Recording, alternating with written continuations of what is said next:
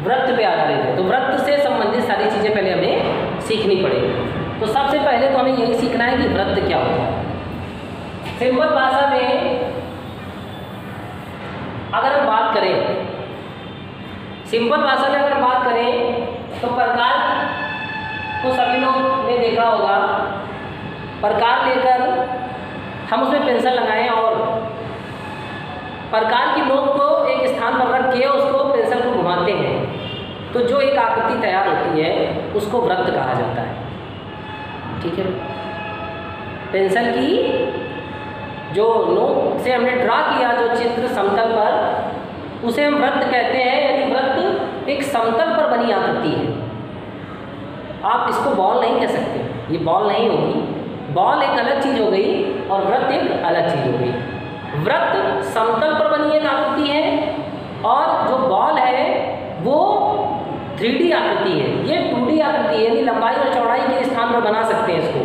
लेकिन जो बॉल होती है वो लंबाई, चौड़ाई और ऊंचाई 3 डायमेंशनल होती है। उसको हम ऐसे बॉल को हाथ में लेकर देख सकते हैं। 3D आकृतियों को हम ऐसे हाथ में ले सकते हैं, उनका सामने अनुभव कर सकते हैं।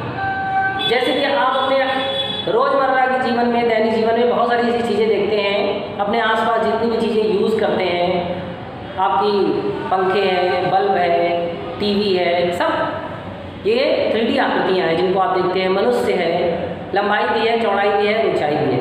लेकिन वृत्त जो है वो आपकी समतल में बनी आकृति है ना। अब इसको ऐसे कैसे छू के टच करके देखेंगे, कैसा क्या है, फील कर पाएंगे क्या? केवल देख सकते हैं। ये संरचना एक जो है, तो ये समतल पर बनी आकृति है, 2D आकृति है, और जो बॉल है वो 3D आकृति है। तो आज हम केवल वृत्त पर चर्चा कर रहे हैं, तो वृत्त की बात करते हैं। तो वृत्त किसे कहते हैं, इसको परिभाषा के रूप में समझ लीजिए कि बिंदुओं का एक समूह है। एक बिंदु पथ बनता है, लेकिन इनको बोलेंगे कैसे? वृत्त उन बिंदुओं का, वृत्त उन बिंदुओं का समूह है। वृत्त उन बिंदुओं, यानी बहुत सारे बिंदुओं का समूह है। वृत्त उन बिंदुओं का समूह है जो एक निश्चित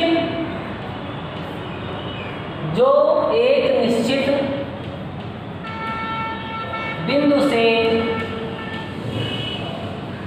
समान दूरी पर स्थित होते हैं। वृत्त उन बिंदुओं का समूह है जो एक निश्चित बिंदु से समान दूरी पर स्थित होते हैं। अब कैसे समझ सकते हैं भाई?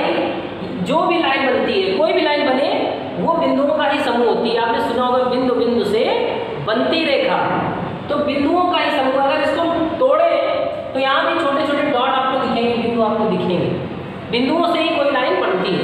तो यहाँ पर ये जो लाइन हमने बनाई है, ये भी बिंदुओं से ही बनकर मिलकर बनी है। लेकिन इसमें फर्क क्या है? ये जो बिंदुओं का समूह है वो एक निश्चित बिंदु से समान दूरी पर स्थित है। यानी वो निश्चित बिंदु कौन सा है? वो केंद्र है। उस केंद्र से ये बिंदु समान दूरी पर स्थित है।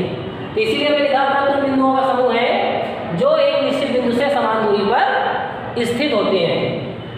फिर इसी में लिखेंगे आगे, निश्चित बिंदु को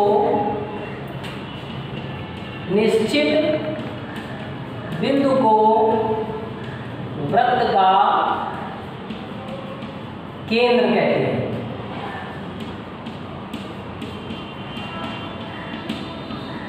इस निश्चित बिंदु को हम लोग क्या कहते हैं? वृत्त का केंद्र कहते हैं। और इसे O से प्रदर्शित करते हैं। O से प्रदर्शित करते हैं। O से क्यों प्रदर्शित करते हैं? और कोई नाम क्यों नहीं देते हैं? ABC क्यों नहीं देते हैं? क्योंकि O से अर्थ निकलता है ओरिजिन। ओरिजिन मतलब होता है उत्पत्ति। इस वजह से किसी की उत्पत्ति, यानी वृत्त की उत्पत्ति वृत्त के केंद्र से हुई, इस वजह से इसको ओ नाम देते हैं, यानी ओ से रिप्रेजेंट करते हैं। अब ये हो गया वृत्त। इसके बाद लेते हैं हम परिधि। वृत्त के बाद आपको जानना होगा कि परिधि क्या होती है, तो इसी में लिखेंगे वृत्त के गोल घेरे को, है ना, ये जो वृत्ताकार घेरा है, गोल घेरा दिख रहा है आपको, इसी को हम परिधि कहते हैं। तो वृत्त के वृत्ताकार घेरे को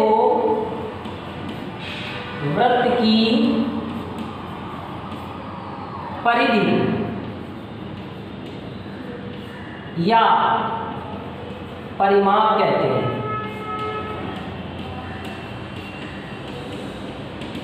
क्या कहते हैं? वृत्त के वृत्ताकार घेरे को वृत्त की परिधि या परिमाप कहते हैं। परिमाप क्या होता है? कोई भी वस्तु है उसके चारों ओर की माप को हम परिमाप कहते हैं, चाहे वो आयत हो, वर्ग हो, त्रिभुज हो, उसके जो चारों ओर की माप होगी उसको हम परिमाप कहते हैं। तो यहाँ भी मान लीजिए एक पॉइंट से स्टार्ट करें और ऐसे गोल घूम के उसी जगह वापस आ जाए।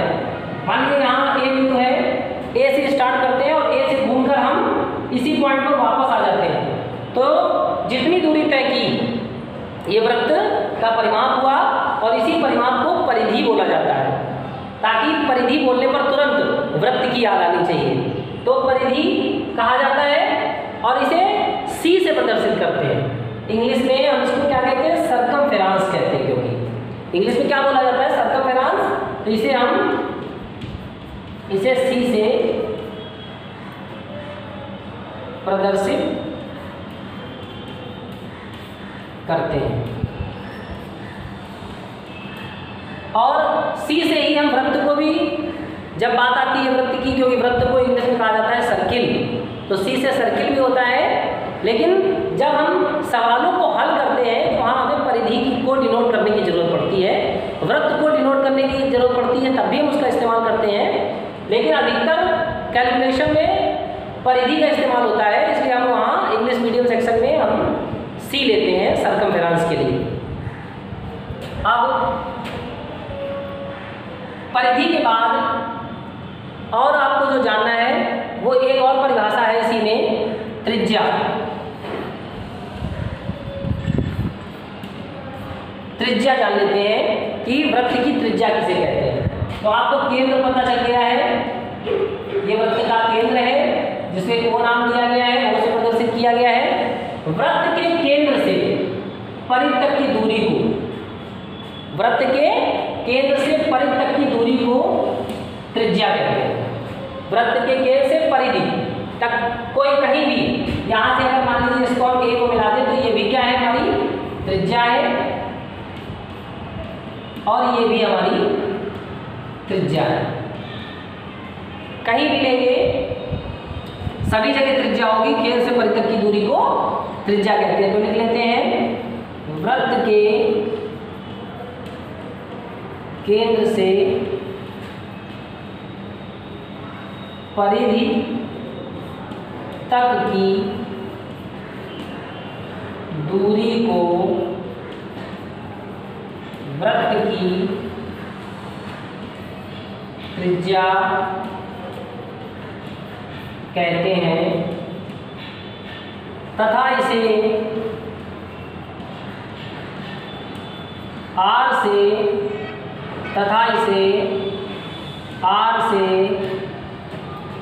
प्रदर्शित